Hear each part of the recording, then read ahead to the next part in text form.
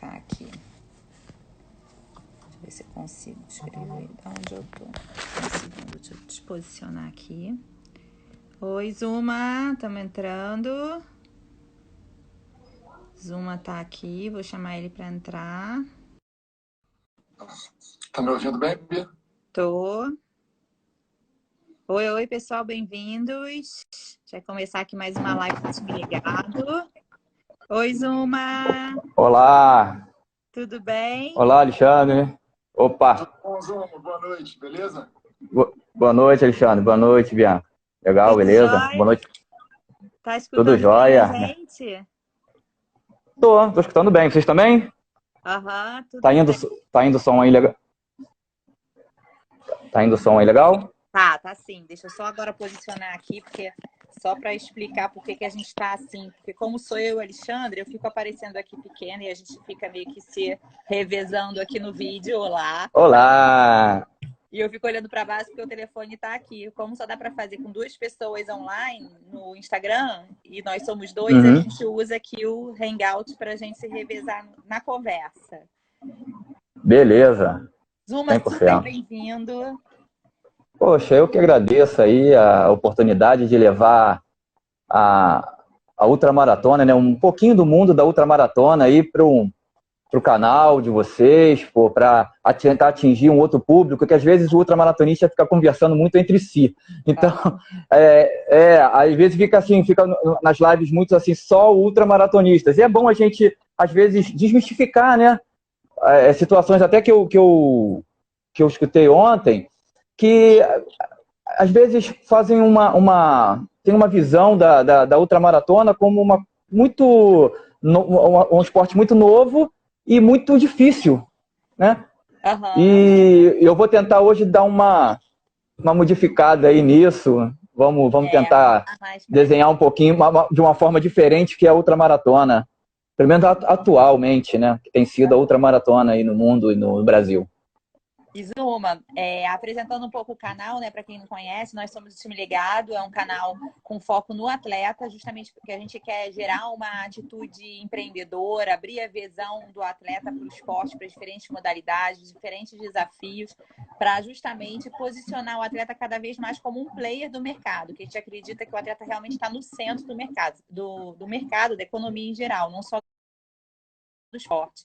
Então, assim, a gente tenta trazer essa visão do esporte dessa forma, buscando sempre essa atitude empreendedora, essa visão mais aberta de todos os esportes e profissionais que conversam aqui com a gente. Então, acho que a gente pode começar com você se apresentando, né? Eu sei que você começou, você é militar, né? Você começou dentro das Forças Armadas e, enfim, entrou no esporte e é também, além de um professor de educação física, é atleta, né? E se tornou um treinador. Conta um pouquinho dessa tua história, se apresenta um pouquinho pra gente. Eu vou tentar resumir bastante, porque 10 anos, um pouquinho mais no esporte, a gente tem história para contar, né? Imagina um esporte, então, que a gente fica... Assunto. A gente fica... Putz, muito assunto. Eu falo... E cada vez, né, o assunto vai aumentando. O livro só vai ficando mais grosso. Sim. Vamos lá. Eu sou militar desde 18 anos de idade. Eu comecei no Exército como obrigatório. E lá no Exército, eu já começava lá a fazer os cursos mais difíceis, né? Os cursos de Caveira, Pelopes, lá do Exército é diferente, né? Não é esse Caveira aqui da Polícia Militar. Fiz lá, e de lá, eu realmente não gostava muito de esporte. Não praticava, era só futebol como todo rapaz, tal, no início, 18 anos, 19 e tal. Entendeu? Eu nem conhecia nada de ultramaratona. Aí depois eu ingressei na polícia e já estou aposentado também pela polícia. E lá também na polícia eu conheci a ultramaratona. Já tinha alguns atletas, né, militares, que praticavam esporte de corrida, mas não a ultramaratona. A ultramaratona não era praticada. Não comecei porque eu era obeso, não comecei para largar nenhum vício, não comecei nada disso. Eu comecei para trabalhar menos. A verdade é essa. Eu comecei para trabalhar menos. Eu vou explicar por quê. Eu fazia um curso que todo final de semana eu tinha que cobrir lá no Maracanã, os jogos do Maracanã, que tinham, acho que era quinta e domingo. E quinta-feira ou domingo, às vezes, tinha rodada dupla. Tinha um lance desse, quem é do futebol sabe, quem é frequentador de Maracanã sabe. E a gente chegava para trabalhar às 11 horas da manhã e saía. Quando saía, não tinha mais ninguém na rua. E eu já não aguentava mais tanto domingo, todo final de semana, trabalhar seguidamente, porque eu estava nesse curso e esse curso cobria esse trabalho aí. Aí apareceu uma oportunidade de correr uma prova de 5 quilômetros e quem fosse correr a prova não ia para o Maracanã. Eu falei, poxa, correr 5 quilômetros é bem melhor do que ficar o dia inteiro no Maracanã. Então, eu falei assim, então eu vou para essa prova, só que eu não corria nada. Eu fui para a esteira, corri 2 quilômetros, apertei aquele botão vermelho, né, do pânico. Aí eu falei, do socorro, eu falei assim, o que eu vou fazer? Eu vou arrumar, sabe o que eu vou arrumar? Eu vou arrumar de ficar preso no quartel, porque eu menti lá que eu era corredor, entendeu? Então, então o que eu fiz? Eu falei assim, não, vou lá, e lá eu me viro lá, né, sei lá, começa a capengar, não deu e tal, e a gente agora tem que ir. Fui lá e lá conversando encontrei um amigo meu, e conversando com ele, acabei completando a prova. Lá 180, 200, lá classificação, lá para trás, rabo de fila mesmo, e nem por aí liguei. Mas eu gostei do clima, eu gostei do ambiente. Quando eu vi o que era uma corrida, aí eu falei assim, pô, bacana, eu vou querer praticar esse esporte. Eu comecei a entrar aí no esporte. Né? Toda uma atmosfera, comunidade. Eu comecei com meus 5 quilômetros, e com 5 quilômetros eu fui conhecendo. Aí que eu falo, algumas pessoas, eu acho que em quase todo, não só profissional, mas como o atleta também, algumas pessoas parece que aparecem na nossa vida para mudar a nossa vida. Uhum. Algumas pessoas passam pela nossa vida e mudam a nossa vida totalmente. Entendeu? Então, eu tive, na primeira equipe que eu corria, assim, passando na praia, vi uma tenda lá e o treinador me chamou e eu fui para aquela equipe. Aí, eu lá conheci aí, olha só quem eu conheci, por isso que eu falo, as amizades, olha só. Olha quem eu conheci, de cara, doutora Maria Vargas, nutróloga esportiva. Eu conheci Márcio Vilar, que quem é da ultramaratona, é recordista mundial, Guinness Book, de recordista em esteira. Sim. Entendeu? Eu conheci esse cara, só esses dois de cara. E Vera Albuquerque. A Vera, ela é uma psicóloga. Ela não é psicóloga de esporte, mas ela é psicóloga. Então, essas 3 pessoas foram assim que me influenciaram no início demais para a ultramaratona. Então, quer dizer, só fera. Aí, daí eu fui, comecei a fazer minhas provas normais, 21 quilômetros, aí fui para maratona, e com o Márcio Vilar, né, treinando sempre com ele, comecei a treinar com ele, eu comecei a pesquisar sobre ele, e vi que, pô, o cara é o ícone aqui do Brasil, de ultramaratona, o cara dobra a prova, que o pessoal faz uma vez só, e tal, não sei o quê. O cara... inspiração, então, o tempo inteiro. Inspiração, aí eu comecei a treinar com ele, e fui fazer a primeira... Eu fiz uma prova de 50 quilômetros, foi a primeira prova de 50 quilômetros de X-Terra. Eu nem sei se tem mais essa prova no X-Terra. Foi no Porto Belo, não sei se tem mais, acho que foi 2011. Foi a primeira prova. Quando eu fui fazer essa prova, o pessoal, caraca, você é doido e tal. Aquelas noturnas? Mas eu fui... Noturna, isso aí. Foi noturna. Começou 4 horas. Muitos atletas não... Né? Isso aí. Mas eram 50 quilômetros. Aí depois eu fui fazendo outras provas, fui fazer minha primeira prova de 24 horas e perguntei para os atletas, quanto que eu tenho que correr no mínimo aí para não passar vergonha? Sempre... Não, se você correr pelo menos 100 quilômetros, tá bom. Quando eu corria 100 quilômetros, contei as voltas, foi na AMAN, foi lá em volta do campo da AMAN, Academia Militar das Agulhas Negras, né? Aqui no Rio de Janeiro.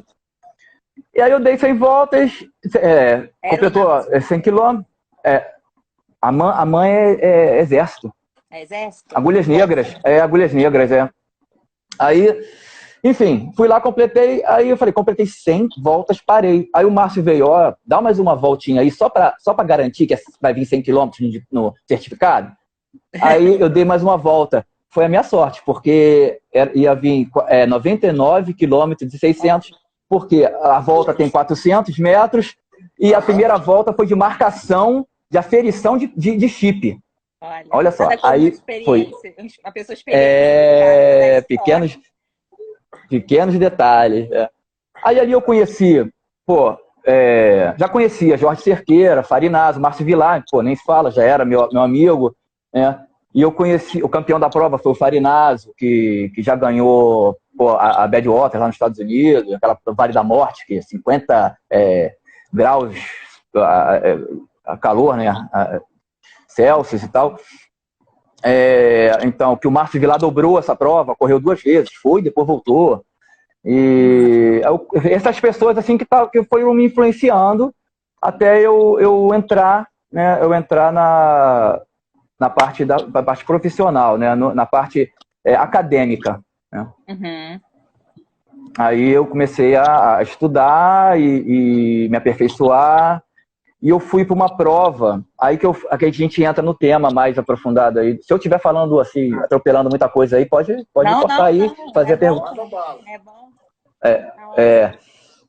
Aí que eu entro no tema aí do desafios, né? Eu fiz mais ou menos aqui uns tópicos aqui para ver se eu não consigo esquecer de nada, porque quase 50 anos e muito tempo, né? A gente tem que dar uma coladinha aqui. Só nos tópicos para eu não esquecer aqui de algumas coisas que eu achei bem interessante. Tá? Esses desafios mentais para outra. Eu vou entrar aí nessa. Te interromper, desculpa, só para te fazer uma pergunta rápida. Olha. Quando você fala uma ultramaratona, a partir de que distância já é considerado uma ultramaratona? Acima de 42, qualquer distância já é uma ultramaratona? Ou tem um marco que determina? Não. Além dos 42? Olha só. 42, 195 é metade de uma maratona. Então, assim, por analogia, lógico, qualquer quilômetro, 1 centímetro, né, já seria uma ultramaratona. Já ultrapassou da maratona.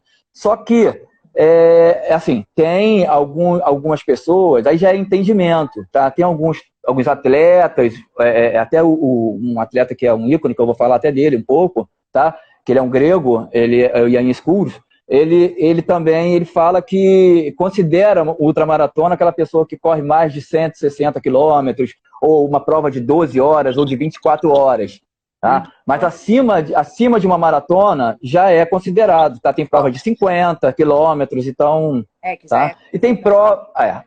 outra coisa que eu queria desmistificar um pouquinho é o seguinte, não é mais difícil, depende, né? Mas não é mais difícil uma maratona, uma ultramaratona, vamos dizer, de 12 horas ou de 24 horas, não é mais difícil que uma maratona. Em que sentido? Para você ser ultramaratonista, você precisa correr um pouco mais de uma maratona, não é?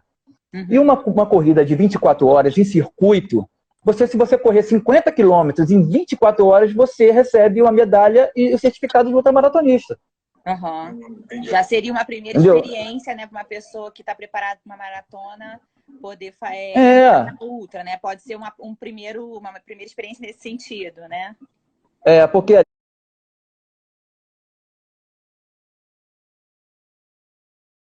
ali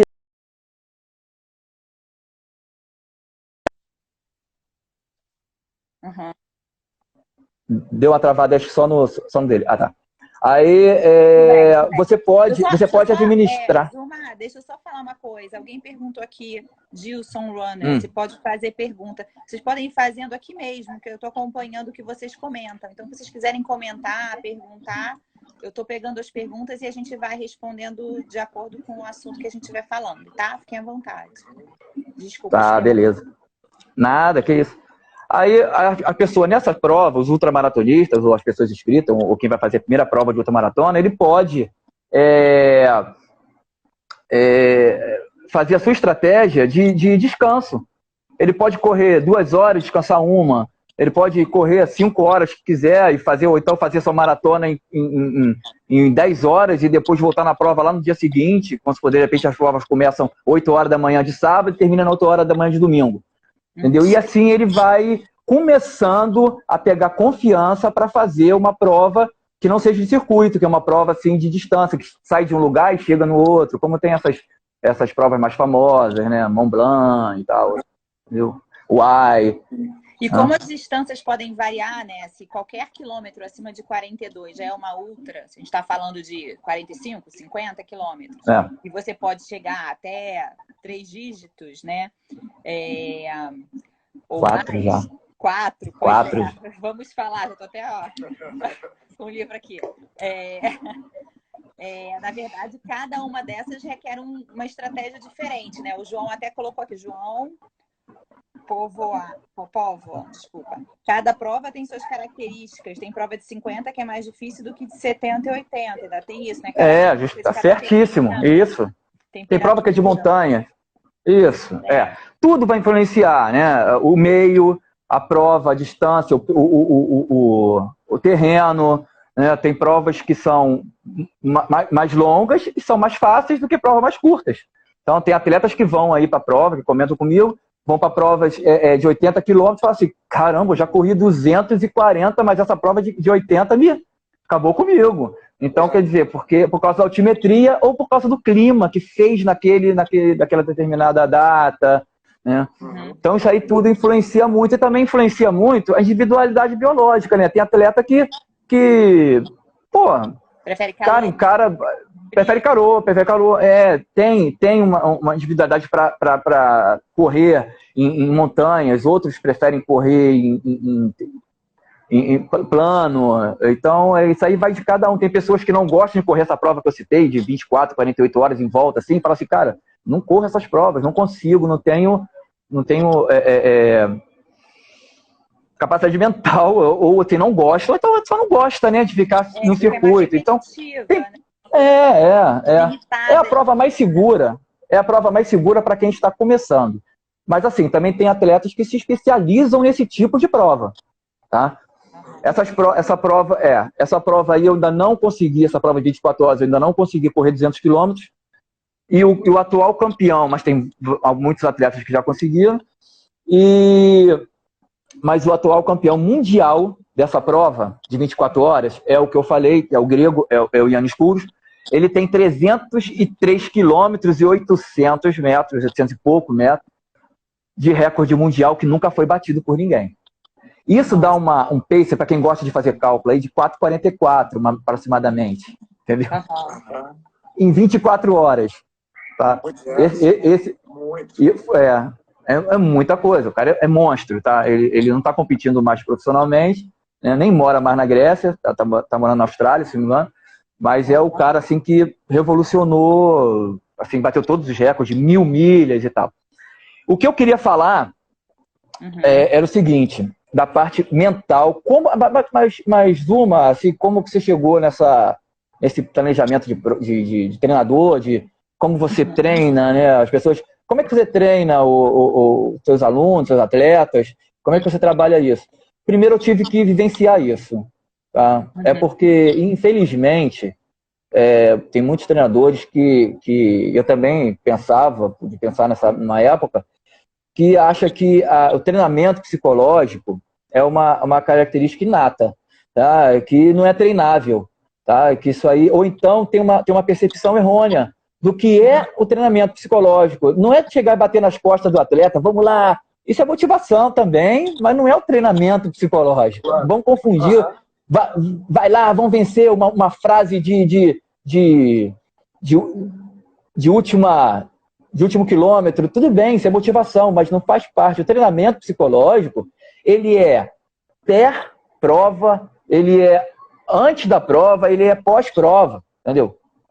Então, ele é antes, durante e depois. Ele tem que ter continuidade durante o treino, pré-treinos, após o treino, durante a prova. A longo prazo, não é de repente. Tá?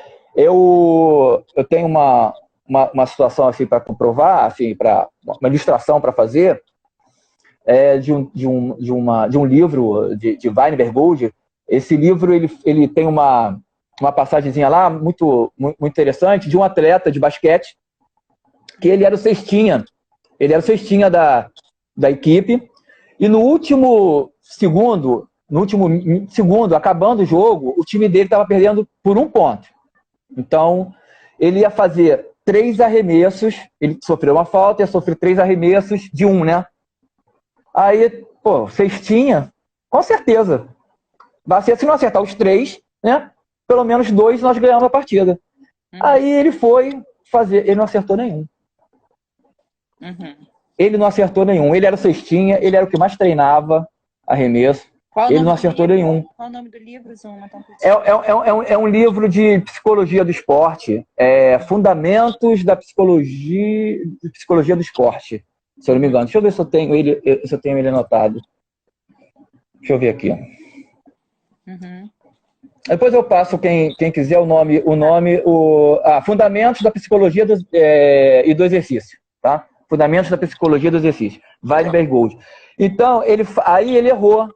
Por que ele errou? Ele errou porque ele, na hora de fazer a cesta, estava jogando fora. Não era um jogo em casa. A torcida estava fazendo um barulho ensurdecedor.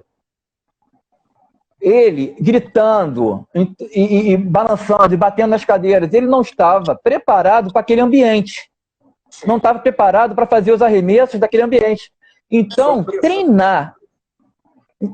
Então, o que adiantaria ele sair daquele jogo, perder aquele jogo, voltar no dia seguinte para a quadra de basquete e treinar sem arremessos na quadra de basquete dele?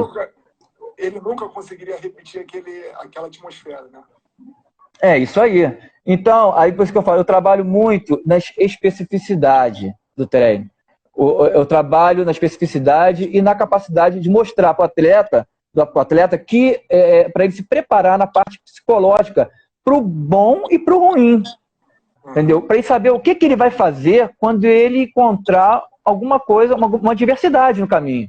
Tá? Quando não der certo o que ele está fazendo, ou então quando vier de encontro a ele uma situação adversa do que ele imaginou, ou do que ele não tinha treinado. Tá? Pode acontecer, mas ele tem que saber o que vai fazer. Tá? Eu ando muito de moto, eu sei, já tenho na minha cabeça que eu caí e saí da rua.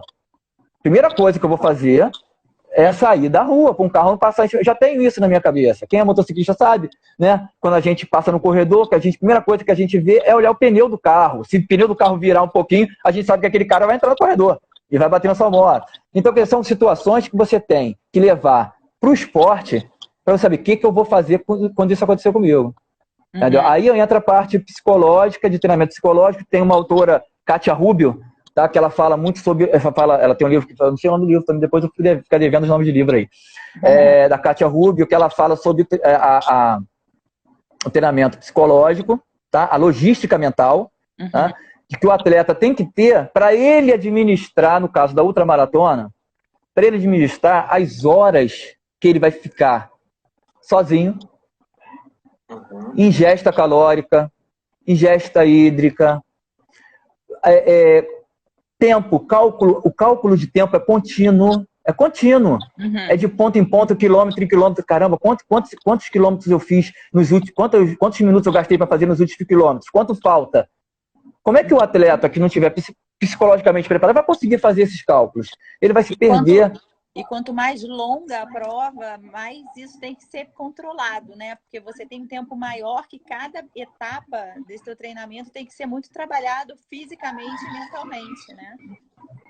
É justamente isso aí.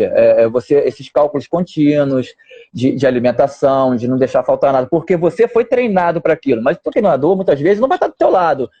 Principalmente numa prova que não seja essa de circuito. Né? Uma prova de uma ultramaratona, vamos citar a Cassino Ultra Race, que é uma prova que tem do Chuí até o Rio Grande, ela é toda na praia, e essa praia não é habitável, é uma praia inóspita. Ela é a maior praia, considerada uma da maior praia do mundo, tá? Ela tem 230 quilômetros de faixa de areia, uma areia dura, mas tem muitos riachos que a gente chama de arroios, né, que tem cruzando ela. Então o atleta passa essa prova já existe há muito tempo, 5 anos, já para a 6ª edição esse ano, e os atletas passam por essa prova toda e tem 55 horas para completar esse percurso todo, tempo máximo, né? Porque a ultramaratona tem corte, igual tem a maratona, igual tem as provas de 5 km, tem corte, tá? Tem umas provas que tem cortes muito altos, que muitos atletas até não conseguem índice, tá? Outra coisa interessante de citar é que um atleta não pode, de uma hora para outra, se inscrever principalmente em provas oficiais de ultramaratona, se inscrever para uma prova de ultramaratona. Ele tem que ter um histórico, tem que ter uma comprovação de provas anteriores, né? Tem que ter um currículo, enviar para a organização, tá? Para a organização aprovar ou não, né? Aí que eu vou contar também uma história, assim, essa história aí foi, assim, acho que foi um divisor de água assim, na minha vida. Eu acho que depois dessa aí, eu comecei a ter um pouquinho mais de espaço, de voz, né? Porque às vezes eu entrei muito tarde. Eu acho que eu entrei muito tarde para o esporte. Eu entrei para ultramaratona. Entrei com 39 anos. Mas muita gente também entrou com 39 anos. A única felicidade que eu tenho é porque se eu tivesse entrado antes, eu também seria mais velhinho, né? Porque os caras estão tudo velhinhos. Os caras que eu conheço, tudo velhinhos, tá? De ultramaratona. Tudo velhinho. Então, mental, além do físico, essa questão da idade, ela influencia também essa parte mental, a maturidade, né? Ah, E assim, você tem que praticar o esporte que você traga alegria, né? Que você fique feliz, né? Ontem eu vi a live, né? Ela queria... Renata, ela queria completar a prova rápido, para pegar logo a medalha e ir embora, né? Eu também já corri prova de 5 e 10 abaixo de 40 e tal, mas depois eu fiquei falando assim, eu achava assim, por isso que eu falo, é gosto, né? O que te faz, tem que fazer o que te faz feliz, tá? Aí eu falei assim, caramba, já acabou. Caramba, e agora? Quando é que vai ser outra prova? Quando é que meu treinador vai deixar eu fazer? Será que ele vai deixar eu fazer logo semana que vem outra prova? Entendeu? Eu lembro e a ultramaratona... A coisa que eu mais me lembro é isso. Bianca, tem que ser com alegria. Corre com alegria. Lembra se você sempre repetir isso? É isso aí. Se não estiver feliz, se você fizer qualquer coisa que você faça, não faça com felicidade, com alegria, né? Não vai te... Não vai te... Eu estou falando aqui? Zuma, 39 anos. Aí... Tá é um brincalhão. Lá em 63. Em 63. Ah, tá bom. Aí, então, fazendo alegria, com alegria que você vai conquistar as melhores coisas na sua vida, entendeu? O treino tem que ser com alegria. Embora eu trabalhe online, tem muitos atletas aqui do Rio de Janeiro que a gente se encontra no final de semana, né, como eu encontrava contigo, né, na bar, no recreio, pra gente fazer aquela resenha, tá? Mas assim, se não for com alegria, realmente na prova, você o que eu falo, a ultramaratona, ela une muito. Tu vê os atletas tá competindo contigo, às vezes o primeiro lugar, dividir alimentação e água, cara, com você, que tá disputando com ele, entendeu? Já teve caso de atleta dar alimentação pro cara e o cara ganhar dele, porque ele recebeu a alimentação do cara.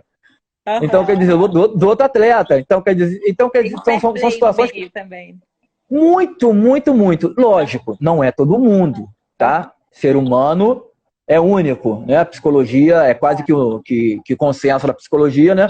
Que não existe um ser humano igual ao outro, né? O ser humano é único, tá? Tudo que eu tô falando aqui, eu tô falando de uma forma geral, tá? Não interprete como uma regra, imposição, como uma regra, não. Tá bom? Zuma, se você, eu acho que é isso. Se você prefere pista, asfalto, trilha ou montanha, o Gilson. Eu gosto de correr em todo tipo de terreno, tá? Mas assim, tem uma prova que me encantou muito, que foi a Cassino Ultra Race, né? Que é uma prova que você faz toda ela na praia. Você vai sempre nessa, né? Eu já fui 2 vezes, eu fui uma vez trabalhar como staff e fui ano passado correr essa prova. Eu até queria falar um pouquinho de uma situação mental que ocorreu nessa prova. Assim, ocorreu comigo e com vários atletas, mas assim, uma situação que você fala assim, aí que você tem que levar isso para sua vida. Tá? É muito importante você levar o que você aprende no esporte. Montanha é tudo, montanha é demais. Minha última prova foi de montanha. A última prova que eu fiz foi 27 quilômetros em montanha. Foi lá em Atenas até. Mas, vai falar de Atenas, né? Porque eu também já soube que... Vamos falar de Atenas. Deixa eu só chegar onde eu queria, assim, tentar... Pô, vou pular muita coisa. Assim, acho que vou pular muita coisa. Porque hoje não vai dar tempo. Vou pular muita coisa. Vou pular muita coisa aqui. Eu falei dos atletas que conheci, das pessoas que me influenciaram na ultramaratona e chegou nos 1000 quilômetros do Brasil. Eu queria falar da UAI, né? Foi onde eu conheci o treinamento mental. Eu não era atleta de corrida de longa distância, eu tinha feito 100 quilômetros, 100 e pouco.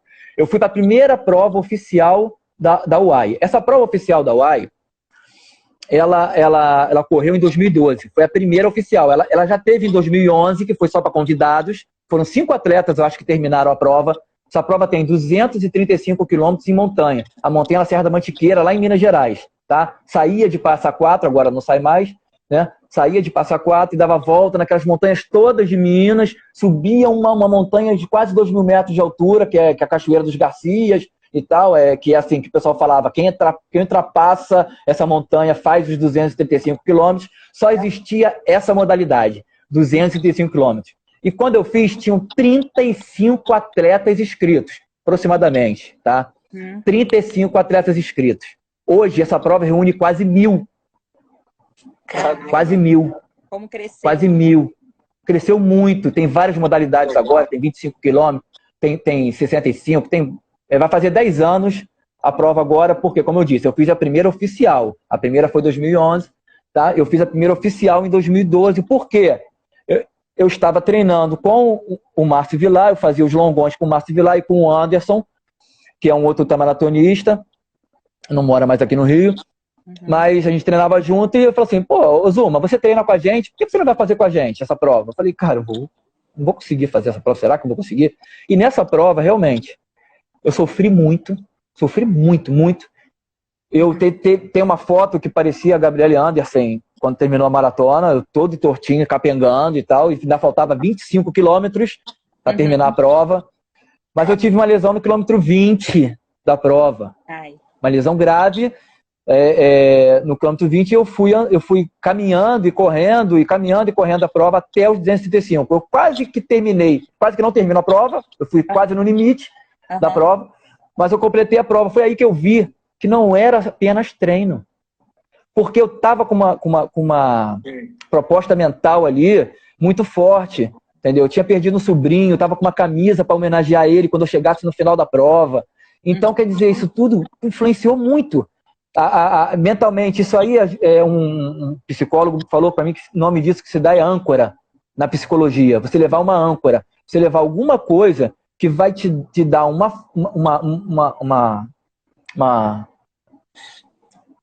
te dá algo mais para você, força, te dá um propósito a mais, uma força a mais para você completar, um propósito a mais para você completar aquela prova.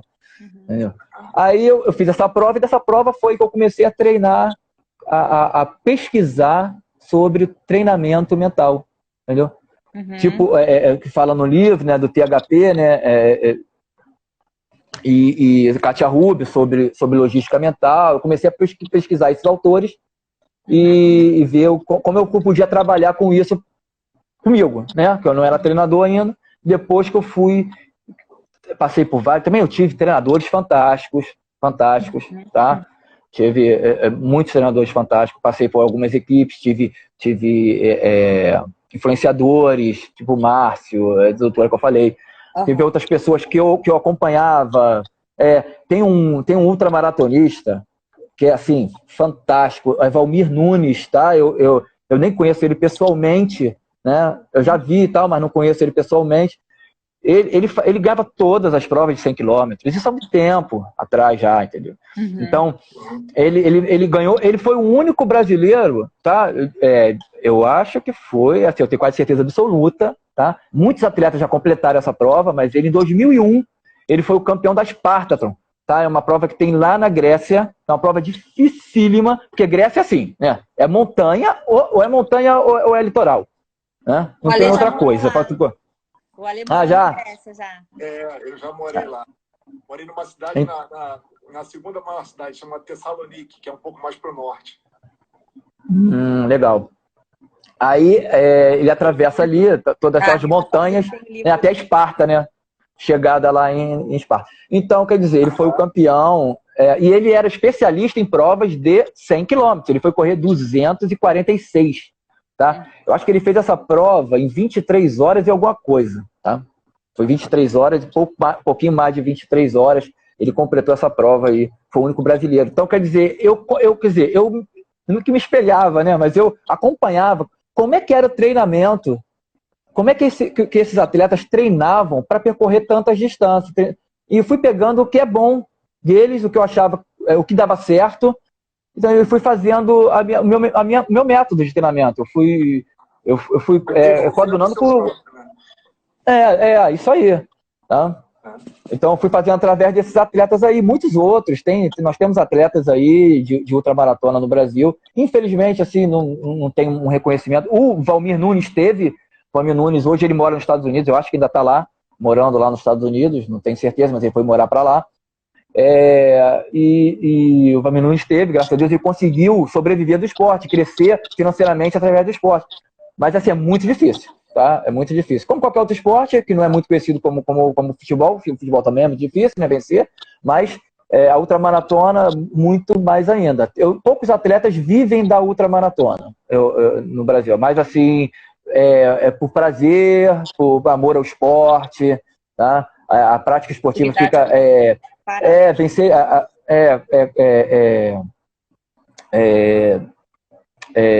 superar limites pessoais, né? E normalmente o próprio atleta tem que ser um empreendedor, né? Ele tem que correr atrás do patrocínio, do apoio, enfim, que é um esporte que você mesmo tem que fazer ali a sua história, né? Nesse sentido.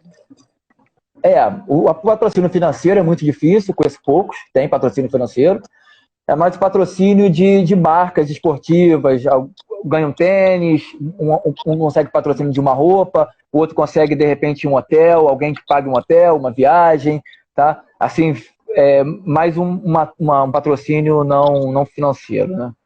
De uma outra forma, que já ajuda o atleta, hotel, porque... Eu sei que rolou um assunto aqui nos comentários. E o hotel, Felipe? Já li várias vezes aqui. Alguma brincadeira que você fica... Olha, é aquilo que eu falei. Se você não se divertir, você não valeu a pena. Pô, o que valeu a pena? Porque título...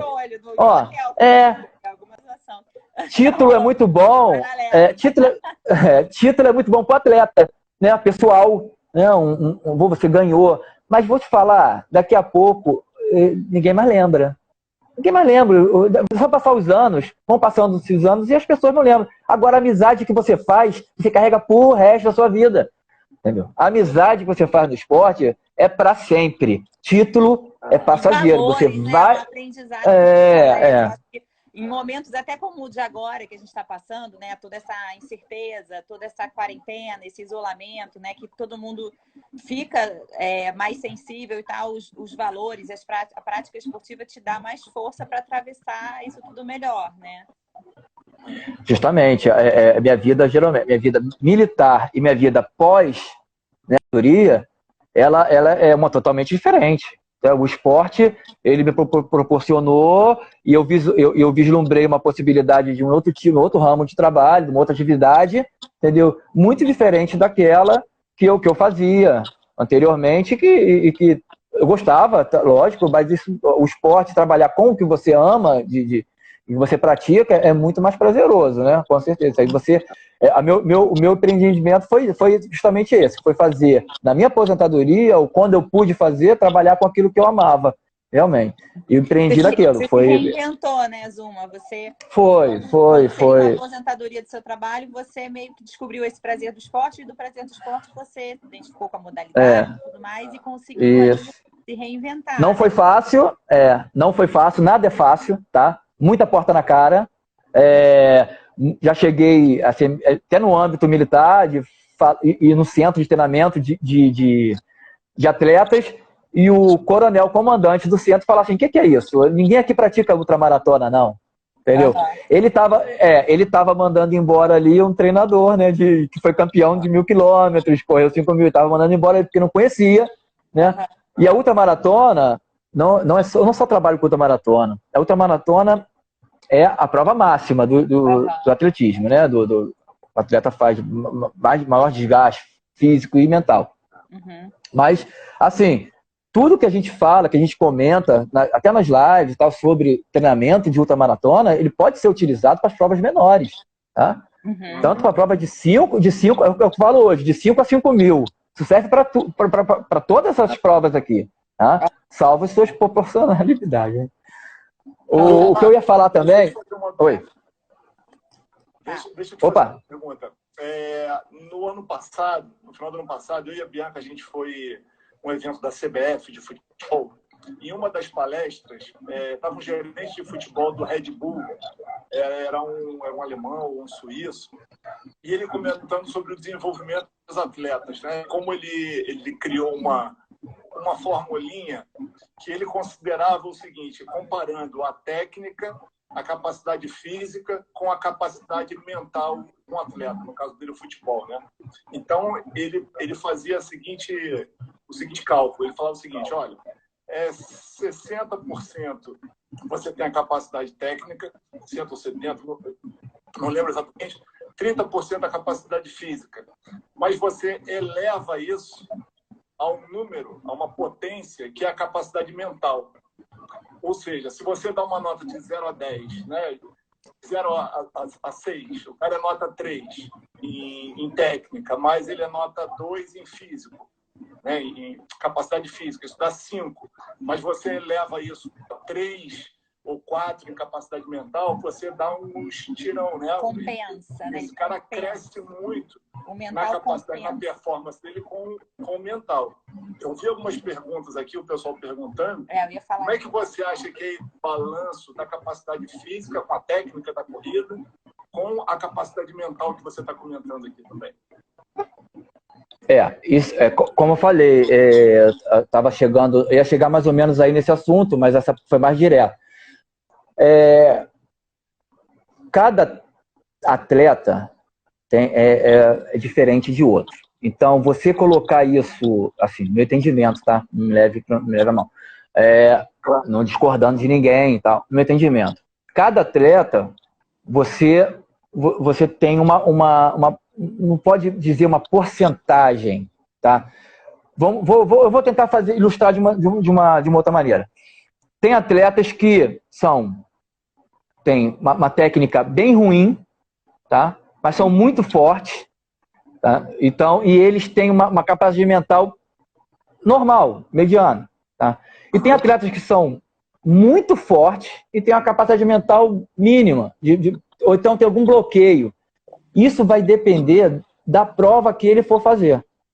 A influência dessa capacidade mental vai depender da prova que ele for fazer, tá? Mas, assim, em termos gerais, tirando a parte isso aí vai ficar muito extenso para poder eu passar meu entendimento. De uma forma geral, assim, não adianta você ser o cara da técnica, o cara da força, se você for fraco mentalmente. Ou então, se você tiver um bloqueio em algum tipo de interferência do meio. Vou dar uma explicação, vou dar uma ilustração. Um exemplo. Tem um cara, que o nome dele é Sérgio Cordeiro. Tá? O Sérgio Cordeiro, ele não vai ficar aborrecido de eu falar isso aí, porque isso é normal. O cara é Deca Ironman, campeão do Deca Ironman, tá? Já foi campeão do Deca Ironman. Ele foi vice-campeão dos 1000 quilômetros Brasil em 2018. Num dado momento da prova, teve uma tempestade, teve raios. E ele não gosta de raio. Tá? Aquilo ali perturba muito ele. E atrapalhou ele na prova, aquilo. Tá? Ele era mais forte do que o campeão? Era. Mais treinado do campeão, tecnicamente, do que o campeão da prova? Era. Tinha muito mais vivência no esporte? Tinha. O cara era Deca Ironman, já foi Deca Ironman. Entendeu? Mas algumas situações, não só do meio, Deca Ironman são 10 Ironmans feitos em 10 dias consecutivos. Pois é. Para quem não sabe. Eu não consigo nem visualizar. Você falou, fiquei fazendo conta, assim, não é possível. E ele foi campeão e é brasileiro, Sérgio Cordeiro, puta de um atleta, o cara é demais, entendeu? 60, se não me engano, tem 64 anos agora, 65, eu acho. Então, nesse caso aí sim, tá? Mas assim, a parte também da estratégia também é muito importante, tá? A parte da estratégia, ela pode decidir a prova, tá? Vou te contar essa história que está até nesse livro aqui, ó, dos 1000 quilômetros Brasil. Cadê tá? Esse livro aqui, 1000 quilômetros Brasil. Tá? Isso aí. Esse atleta que ganhou essa prova, ele não era conhecido, tá? Não era conhecido, nem conhecia ele. Era pouquíssimo conhecido, tinha feito tinha terceiro colocado numa prova de 80 quilômetros, acho que ele conheceu mais gente, foi nessa prova aí. Legal. E ele foi para essa prova de 1000 quilômetros, que aí que eu falo, tem uma situação também, uma colocação que tem que ser feita. O brasileiro, ele tem que acreditar mais nele, tá? O brasileiro, ele tem que parar de pensar que ele não pode, que ele não consegue, tá? Essa prova de 1000 quilômetros, Brasil, quem organizou essa prova foi o Márcio Vilar, tá? O Márcio Vilar organizou essa prova e os próprios atletas, assim, alguns, tá? Mais uma vez, não generalizando, falaram que ninguém ia conseguir completar essa prova. Gente, essa prova já é realizada pelo mundo afora há muito tempo. Tá? Eu fui para uma prova agora que tinham pessoas de 70, 80 anos correndo 2000 quilômetros lá na Grécia. 70, 80 quilômetros. Tá? Uma campeã foi até uma mulher. Uma prova de 2000 quilômetros. Então vamos acreditar mais. Yannis Couto já fazia essas provas de 1000 milhas, 1.600 quilômetros há muito tempo. Por que nenhum brasileiro vai conseguir? Pois é. Aí, existe uma baixa então, autoestima, né? De um modo geral, você acha? Aí ele foi para essa prova, ele conseguiu essa prova. Essa prova, eu tive que me responsabilizar pelo atleta, tá? Por causa da parte do currículo. Eu tive que jogar meu creche lá, né, na mesa. Aí eu me responsabilizei. Tem a parte médica, ele fez a parte médica toda. Outra situação que eu quero falar, importantíssima, ninguém consegue nada sozinho, tá? E não é só treino. Esse atleta, ele foi acompanhado por uma nutróloga, ele foi acompanhado por um ortopedista, por um médico. Teve várias pessoas que acompanharam, não fui só eu não, tá? Eu fui o treinador que acompanhou ele, fiquei lá na prova com ele, mas não estava sozinho. Eu estava aqui no telefone aqui com um médico aqui, aconteceu alguma coisa, eu ligava aqui pro fisioterapeuta, então, tá? Só para deixar isso aí Trabalho em equipe, bem claro. Trabalho em equipe. Então ele foi para essa prova, tirando foto com Sérgio Cordeiro. Pô, cara, sou teu fã.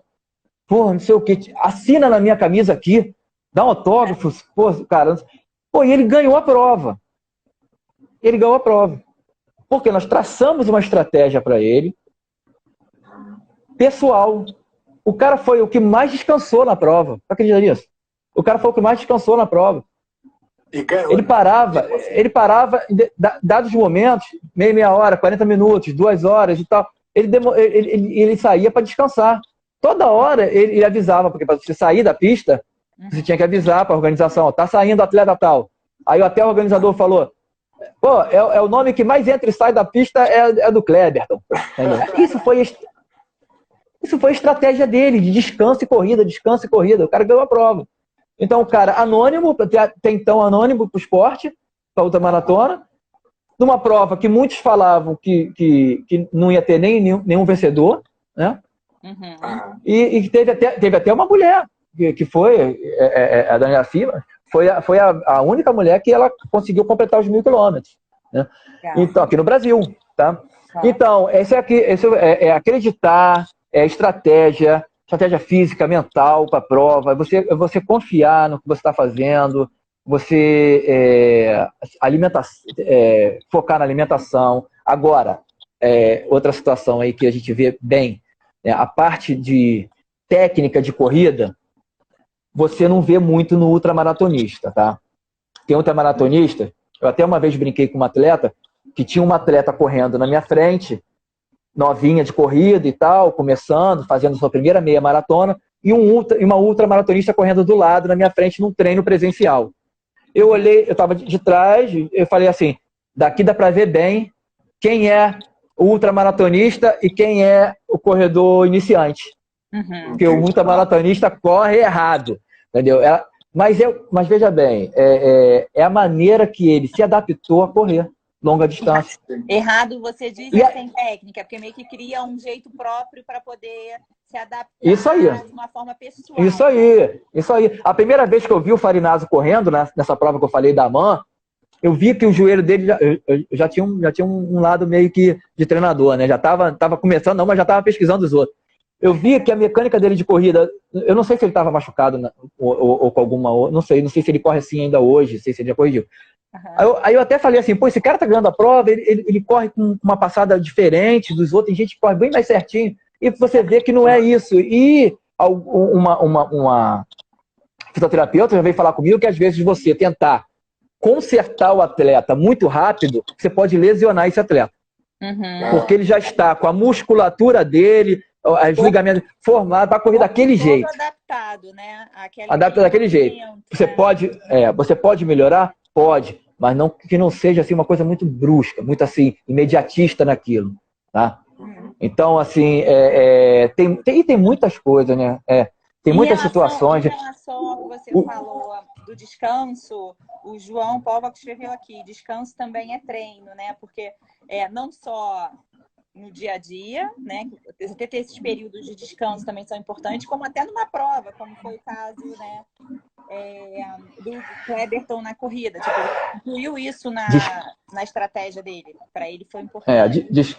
Isso aí, descanso é treino, descanso é estratégia, descanso é você respeitar o seu corpo, tá? Muscular, na recuperação muscular, tá? Na recuperação ligamentar, tá? E tudo, o atleta, tem atletas, lógico, que tem de treino todo dia, entendeu? Então, eles treinam dessa forma, isso aí a gente tem que respeitar também. Mas quando o atleta ele começa a focar mais no treino periodizado, com descanso, respeito aquele tipo de treino. Pô, hoje eu fiz assim, por que meu treinador agora está mandando eu fazer desse jeito tão tranquilo, entendeu? Se ontem eu corri muito forte, tá? Aí é técnica de proporcionalmente inverso, de velocidade, intensidade, de volume. Então, isso tudo aí, por isso que eu falo assim, a gente já puxa mais, entendeu? Tem que ter alguém orientando. Quando tem alguém te orientando, fica muito mais seguro. Tá? Fica muito mais seguro. Alguém perguntou aqui sobre a questão mental, né? Perguntaram como é que você treina, como é que é o seu treino? Essa questão mental já está incluído no seu treino normalmente? Esse treino mental, ele é paralelo com o treinamento que você dá da parte técnica? Ele é uma coisa integrada? Como é que é? Alguém perguntou aqui. Eu não prescrevo o treinamento psicológico. Tá? Mas o meu treinamento, ele sofre influências do treinamento psicológico. Tá? Tanto na parte laboral, tá? Quando eu prescrevo um treino, eu tento coordenar ele com a parte laboral, com a parte familiar do atleta, tá? Eu tento não tirar ele muito, porque requer, né? Lógico, tem treinos que são muito longos e variados, em sequência, às vezes, né? De 3, 4 horas, até mais, né? Eu já fiz treinos aí com atletas até de 12 horas. Então, tentar... eu chamo muito... a gente fala muito de planilha de treino, né? E eu falo muito assim, e a planilha familiar? Como é que tá? Tá? Tem que estar bem em casa, entendeu? Tem que estar bem em casa. Vai sair para treinar de manhã? Já deixa o cafezinho pronto lá, compra o pão, deixa o pão em cima da mesa, entendeu? Quando voltar, cara, quem treinou foi você. Sua família não tem culpa. Se o pessoal quiser ir pro shopping, vá com eles, filho. Vá com eles. Teu regenerativo vai ser lá no shopping. Dorme de noite, filho. Entendeu? Então, quer dizer, essa parte... Isso aí. Então, quer dizer, vai viajar para fazer uma... Não essa que eu fiz agora, que é totalmente inviável levar a família. Né? Foram 2 meses lá na Grécia. Mas, assim, vai viajar, leva. A não ser que seja numa prova, num local inóspito, num local que a pessoa não vai se divertir.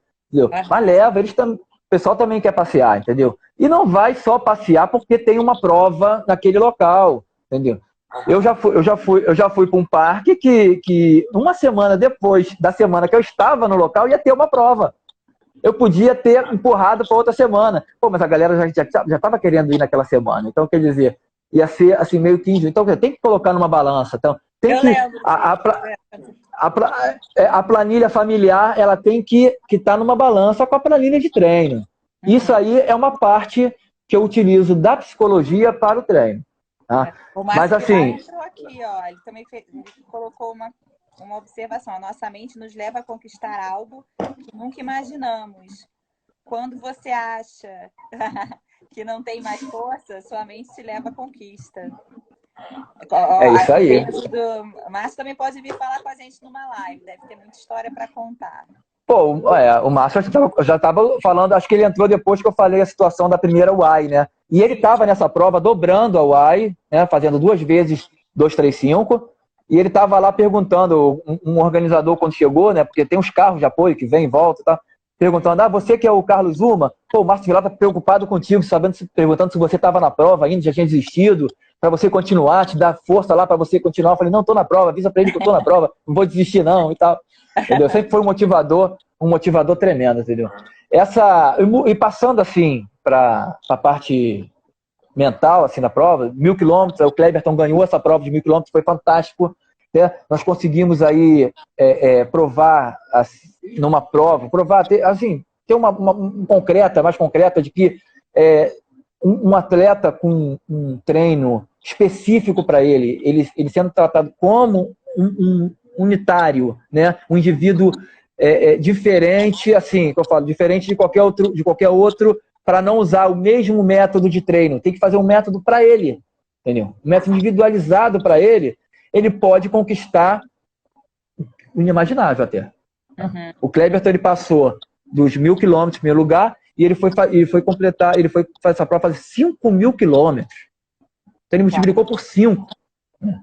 Uma prova que foi inédita no mundo, né? Assim, uma prova inédita no mundo não stop, uma prova que você não para de correr, você só para quando você quiser, né? Quando você quiser dormir, quando você quiser descansar, mas você tem 60 dias para fazer essa prova de 5.000 quilômetros num percurso de 1 quilômetro, né? Dando voltas, e com marcação de chip de 500 e 500 metros. Então, é uma prova que, assim, mental, estratégica total, né? Entendeu? Lógico que física tem que ter. E uma tá acabando aí. Cara, nessas provas super longas, quando você está direto, teve uma pergunta aqui logo no começo, que eu acho que a gente pulou, que eu fiquei aqui com ela para fazer. Assim, o que não pode faltar na mochila? Assim, quais são os itens que você leva para se alimentar? Enfim. Também. Isso aí. A organização da prova, ela já dá um list de uma listagem dos equipamentos obrigatórios, tá?